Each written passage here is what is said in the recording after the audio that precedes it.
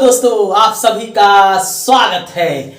आज हम भारत में जितने भी विदेशी कंपनी आए हैं उनके बारे में पढ़ेंगे। इससे पहले हमने पुर्तगालियों के बारे में हम पढ़ा चुके हैं। मैं मोज पर ताव देके कह रहा हूं कि मेरे वीडियो से हर एग्जाम में प्रश्न पूछे जाएंगे, चाहे वह बीपीएससी हो, यूपीएससी हो, एसएससी हो, बैंक की हो, रेलवे हो, एसएससी जीडी हो, पुलिस का कोई एग्जाम हो या बिहार दरोगा का, यहां से प्रश्न 100% आएंगे। इसलिए मेरा वीडियो देखना ना भूले। मैं प्रत्येक दिन वीडियो डाल रहा हूं, आप उससे लाभ उठाइए। आज हम ब्रिटिश ईस्ट इंडिया कंपनी के बारे में पढ़ेंगे, उसके बाद डच ईस्ट इंडिया कंपनी के बारे में पढ़ेंगे, फिर फ्रेंच ईस्ट इंडिया कंपनी के बारे में पढ़ेंगे। क्योंकि इससे पहले का वीडियो मैंने पुर्तगाली ईस्ट इंडिया कंपनी से संबंधित बना चुका हूं। मेरे प्लेलिस्ट पे जाइए और उसको जरूर देखिएगा। आज हम ब्रिटिश ईस्ट इंडिया कंपनी की शुरुआत कर रहे हैं। 1600 में एलिजाबेथ प्रथम के द्वारा ब्रिटिश ईस्ट इंडिया कंपनी की स्थापना था। 1600 में ईस्ट इंडिया कंपनी की स्थापना कहां? ब्रिटेन में हुआ था। एलिजाबेथ प्रथम के द्वारा इसकी स्थापना की गई थी। किसके द्वारा? एलिजाबेथ प्रथम। यह ब्रिटेन की महारानी थी। क्या थी? महारानी। इनके द्वारा ही प्रथम बार स्थापित किया गया था ब्रिटिश ईस्ट इंडिया कंपनी, और उसके सदस्य थे 217 व्यक्ति। पहले ईस्ट इंडिया कंपनी में सदस्य कितने थे? 217 व्यक्ति का यह कंपनी था। एलिजाबेथ प्रथम ने ब्रिटिश ईस्ट इंडिया कंपनी को भारत में व्यापार करने के लिए भेजा। सबसे पहले भारत में विलियम हॉकिंस आया। किसके नाम पत्र लेकर?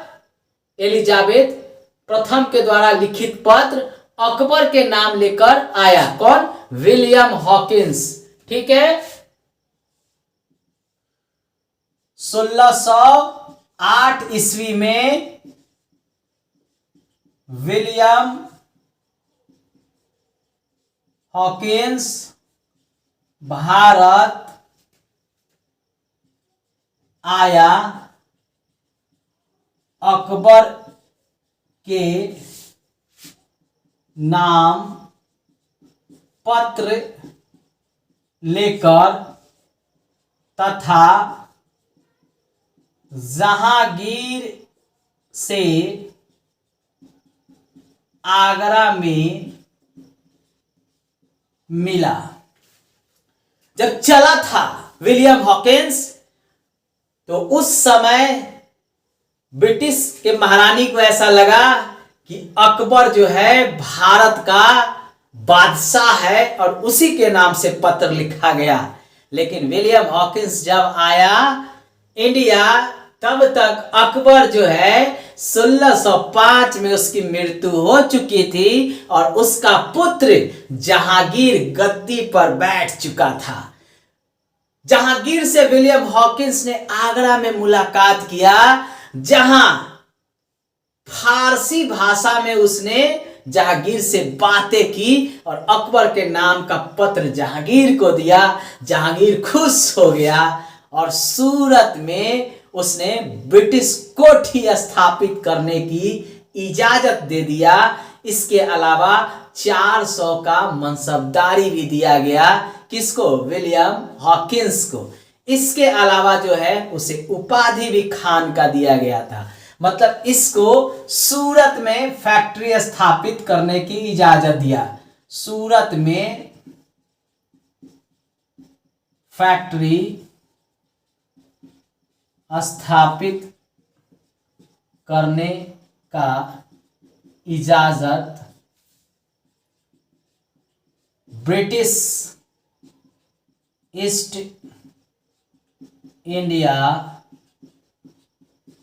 कंपनी को दिया। जहांगीर बोला जाओ सूरत में तुम अपनी फैक्ट्री स्थापित कर लो ब्रिटिश ईस्ट इंडिया कंपनी। और ब्रिटिश ईस्ट इंडिया कंपनी यही तो चाहता था। उसने सबसे पहले 1611 में ही मछलीपट्टनम में ब्रिटिश ईस्ट इंडिया कंपनी ने अपनी प्रथम फैक्ट्री स्थापित कर लिया था, इसे भी याद कीजिएगा।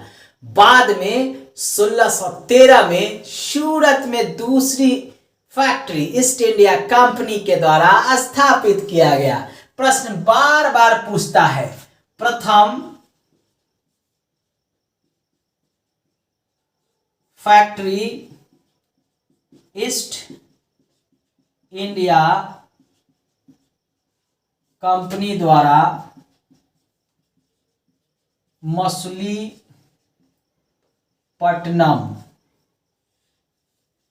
में स्थापित, ठीक है।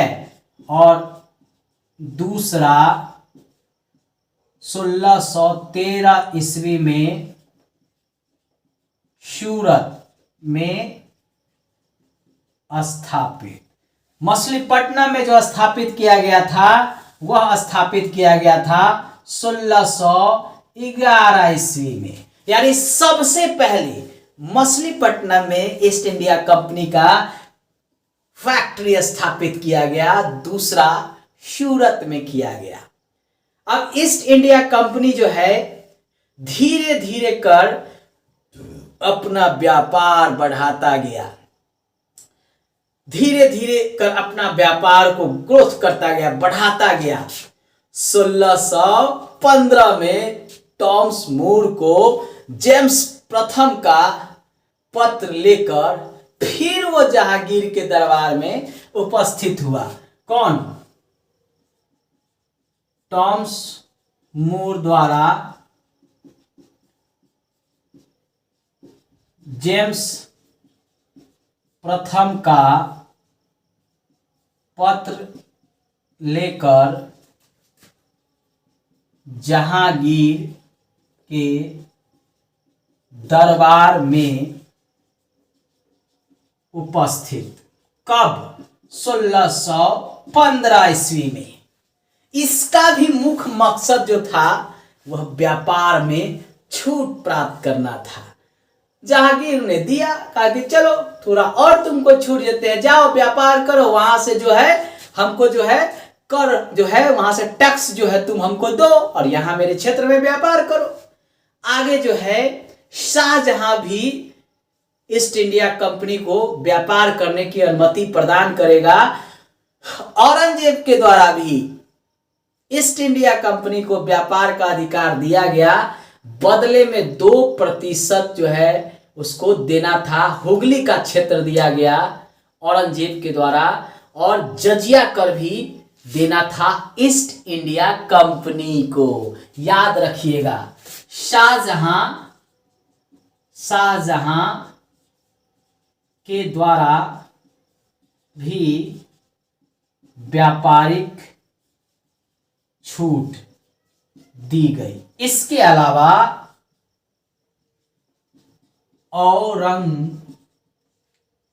औरंगजेब के द्वारा 2% कर तथा 1.5% जजिया कर देने पर व्यापारिक छूट कंपनी को दी गई। औरंगजेब भी कहा जाओ जाओ व्यापार करो ईस्ट इंडिया कंपनी, हमें तुमसे कोई दिक्कत नहीं है, लेकिन मेरे भारत में व्यापार करना है तो तुमको 2% का टैक्स देना पड़ेगा और 1.5% जजिया भी हम तुमसे लेंगे। तो औरंगजेब ने प्रथम बार ब्रिटिश ईस्ट इंडिया कंपनी से जजिया भी लिया। जजिया कहते थे मुसलमानों से लिया जाने वाला कर था। अब जो है ईस्ट इंडिया कंपनी ने धीरे धीरे करते करते करते अपने व्यापार का विकास करता गया। चलिए आगे हम देखें। आगे जो है 1717 में फारूकसियत से भी ब्रिटिश ईस्ट इंडिया कंपनी को व्यापारिक छूट मिला। इसको भी याद रखिएगा। फारूक सियर से 1717 ईस्वी में ईस्ट इंडिया कंपनी को व्यापारिक छूट मिला।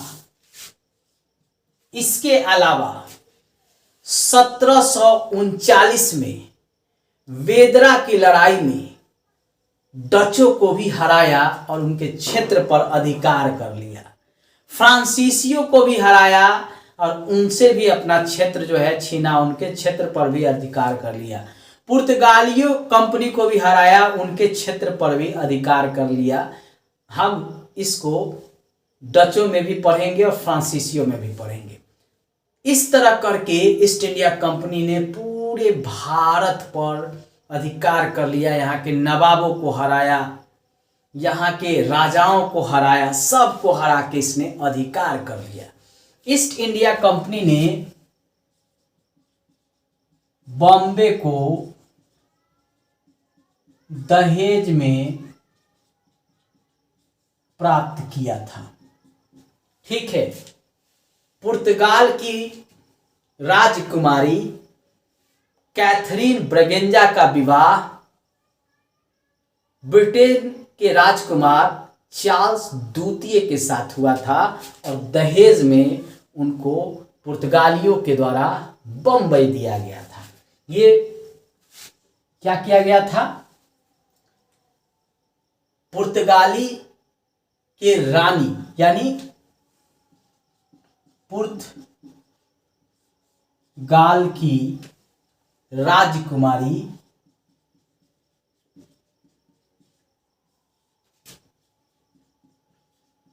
कैथरीन ब्रगेंजा का विवाह ब्रिटिश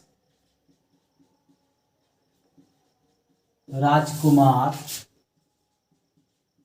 चार्ल्स द्वितीय के साथ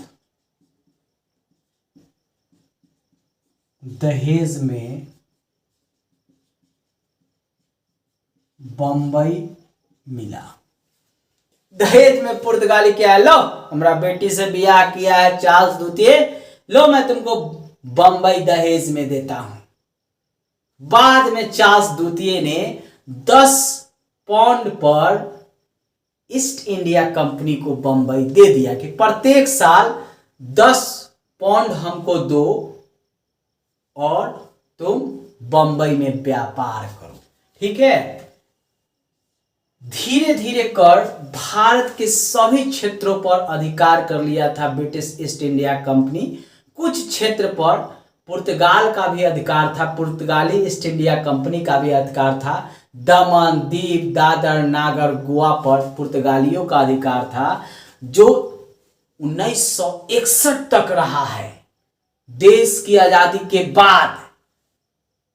और कुछ क्षेत्र पर जो है फ्रांसीसियों का भी अधिकार रहा, जैसे पुदुचेरी, करिकाल, माही, यनम, जिस पर भारत सरकार ने 1954 में अधिकार कर लिया। और ब्रिटिश ईस्ट इंडिया कंपनी इससे पहले ही भारत से 15 अगस्त 1947 से भारत को छोड़कर ब्रिटेन चला गया। यानी कब चला गया? 15 अगस्त 1947 को ब्रिटिश भारत से चले गए। लेकिन ईस्ट इंडिया कंपनी जो है, जो 1857 की क्रांति होता है, उसके बाद इस पर प्रतिबंध ब्रिटेन की संसद धीरे धीरे लगाता है, इसके बारे में हम 1857 की जब क्रांति पढ़ेंगे तो उसमें डिटेल से पढ़ेंगे। चलिए अब हम लोग डचों के बारे में भी पढ़ते हैं। डच ईस्ट इंडिया कंपनी की स्थापना 1602 में हुआ था, लेकिन ब्रिटिश ईस्ट इंडिया कंपनी के आने से पहले भारत में डच आ गए थे और उन्होंने मछलीपट्टनम और सूरत में अपनी फैक्ट्री को स्थापित किया। कहाँ स्थापित किया था? मछलीपट्टनम और सूरत में फैक्ट्री स्थापित किया। इसके अलावा बिहार के पटना में भी फैक्ट्री स्थापित किया था। स्वर्ण पैगोडा भी इन्होंने एक सिक्का चलाया था, ठीक है, सोने का सिक्का, स्वर्ण पैगोडा नाम का चलाया। डच भारत में सोरा, सूती कपड़ा, मसाला का व्यापार करने के उद्देश्य से आए थे। क्या चीज ले जाने के लिए? सोरा, मसाला, सूती कपड़ा आदि ये भारत से ले जाते थे, क्योंकि यहां ये सस्ता मिलता था और बदले में स्वर्ण पैगोडा जो है उसी से ये वस्तु को, भारतीय वस्तु को खरीदते थे। अंग्रेजों ने डचों को भारत से भगा दिया। कब? 1739 में बेदरा के युद्ध में अंग्रेजों ने डचों को हराकर भारत से निष्कासित कर दिया। अंग्रेज चालाक थे। अंग्रेज ईस्ट इंडिया कंपनी से धीरे धीरे करके भारत में अपना सत्ता स्थापित करने लगा। डचों को जो है उनकी सैनिक शक्ति कमजोर होने लगा। वेदरा युद्ध जो है, जिसको वेदारा का युद्ध भी कहते हैं, 1739 में हुआ। डच हार गए, सारा उनका क्षेत्र जो है उस पर ब्रिटिश ने कब्जा कर लिया और डचों को कहा जाओ, भारत से जाओ, अब हम यहां राज्य करेंगे। और ईस्ट इंडिया कंपनी यानी ब्रिटिश ईस्ट इंडिया कंपनी ने भारत में 300 वर्षों तक शासन किया, भारत के लोगों को गुलाम बना दिया। ठीक है, अब जो है अगला जो कंपनी है वह फ्रांसीसी ईस्ट इंडिया कंपनी आएगा।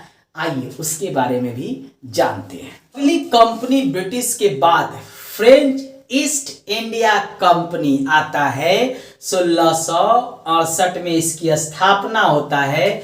लुई 14वें के समय उसका मंत्री के द्वारा यह स्थापित किया जाता है। भारत में सबसे पहले सूरत का क्षेत्र इसको व्यापार करने के लिए मिलता है और धीरे धीरे पांडिचेरी, यनम, करिकाल, माहे इत्यादि क्षेत्रों पर फ्रांसीसियों द्वारा अधिकार कर लिया जाता है।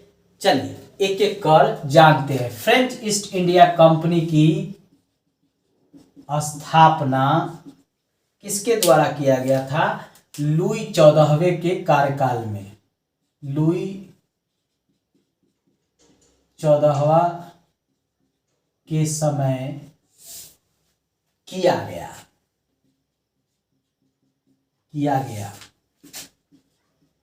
भारत में सूरत, पांडिचेरी, कराईकाल, माहे, यनम आदि पर इनका अधिकार।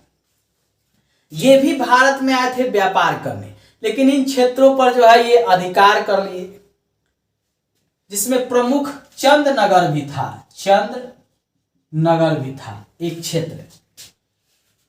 उसके बाद फ्रांसीसियों का यहाँ के राजा के साथ युद्ध भी हुआ और ब्रिटिश के साथ भी युद्ध हुआ। पहला कर्नाटक युद्ध हुआ, जिसे ऑस्ट्रिया के उत्तराधिकार युद्ध के नाम से भी जाना जाता है। कब हुआ? प्रथम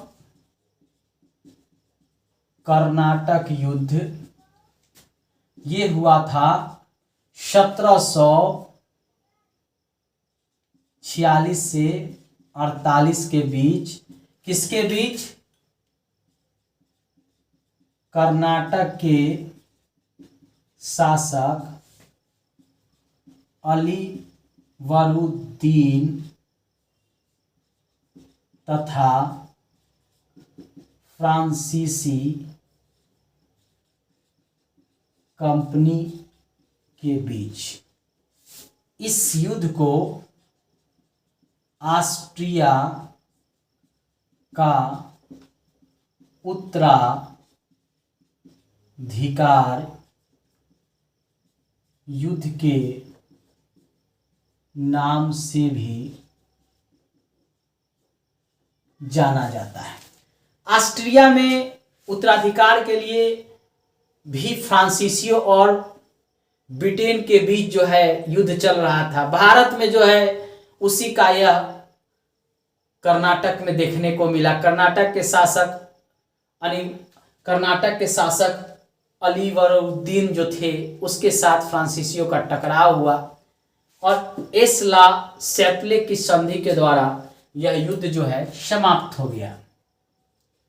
एस ला शैप्ले की संधि द्वारा समाप्त। दूसरा कर्नाटक युद्ध, द्वितीय कर्नाटक युद्ध, इसमें हैदराबाद और कर्नाटक के उत्तराधिकार में जो टकराव शुरू हुआ था, उसका फायदा फ्रांसीसी गवर्नर डुप्ले उठाना चाहता है, लेकिन उसकी हार हो जाती है, क्योंकि ब्रिटिश ईस्ट इंडिया कंपनी इसमें भाग ले लेती है और इसमें फ्रांसीसी की हार हो जाती है। यानी डुप्ले की इस युद्ध में हार तथा गोडेहू भारत में फ्रांसीसी गवर्नर बने। अब फ्रांसीसी गवर्नर बन गया तो सीधी सी बात है कोई संधि भी होगा, तो इसको हम किस संधि के नाम से जानते हैं?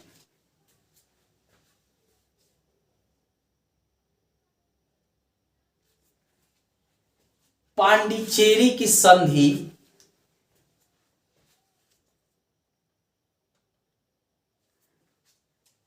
1755 में पांडिचेरी की संधि के द्वारा यह युद्ध समाप्त। 1755 ईस्वी में पांडिचेरी की संधि द्वारा समाप्त। तीसरा कर्नाटक युद्ध होगा तृतीय कर्नाटक युद्ध। यह भी जो है सप्तवर्षीय युद्ध के नाम से जाना जाता है, जो यूरोप में ब्रिटिश और फ्रांस के बीच हो रहा था। यानी सप्तवर्षीय युद्ध का परिणाम, इसमें वाडी वास के युद्ध में 1760 ईस्वी में ब्रिटिश कंपनी द्वारा फ्रांसीसी कंपनी को हराना तथा पेरिस की संधि 1763 ईस्वी में हुआ, जिसमें चंद्र नगर को छोड़कर बाकी क्षेत्र फ्रांसीसी कंपनी को दिया गया। तीसरा जो कर्नाटक युद्ध हुआ था उसमें फ्रांसीसी की फिर हार होगी। वाडिवास के मैदान में फ्रांसीसी बेचारे 1760 में हार गए। ब्रिटिश अधिकार कर लिया उनके क्षेत्र पर। चंद्रनगर हो, सूरत हो, पांडिचेरी हो, करिकाल हो, माई हो, यनम हो। अब बेचारे की धड़कन जो है बढ़ गया कि भारत में तो भैया मेरा गया पूरा सत्ता। फ्रांसीसी कंपनी सोचने लगा, लेकिन फिर पेरिस का संधि हुआ। इसमें कहा गया कि ऐसा है, ब्रिटिश ईस्ट इंडिया कंपनी ने कहा आप हमको पेरिस, आप हमको जो है चंद्रनगर दे दो, बाकी तुम पांडिचेरी जो है उसको रखो, करिकाल को रखो, माई को रखो, यनम को रखो। और इसको फ्रांसीसी कंपनी के अधिकार में ही दिया गया। 1954 में भारत सरकार के द्वारा इन क्षेत्रों पर कब्जा किया गया, यानी फ्रांसीसियों ने भारत सरकार को दे दिया। कब? 1954 ईस्वी में फ्रांसीसी द्वारा पांडिचेरी, यनम, करिकाल, माहे को भारत सरकार को दिया गया। दोस्तों, जितनी भी कंपनी है जो इंपॉर्टेंट है एग्जाम के व्यू से, मैंने उन सारे को आपको आज इस वीडियो में करा दिया हूं। यहां से आपका एक प्रश्न एग्जाम में पक्का है, इसका मैं दावा कर रहा हूं। अगर आप इस वीडियो को देख कर जाएंगे, हर एग्जाम में यहां से प्रश्न पूछे जाएंगे और आपको लाभ जरूर मिलेगा। धन्यवाद दोस्तों। बाद में यही कहेंगे, सब्सक्राइब कर ले, लाइक कर ले, शेयर कर ले। Bye bye.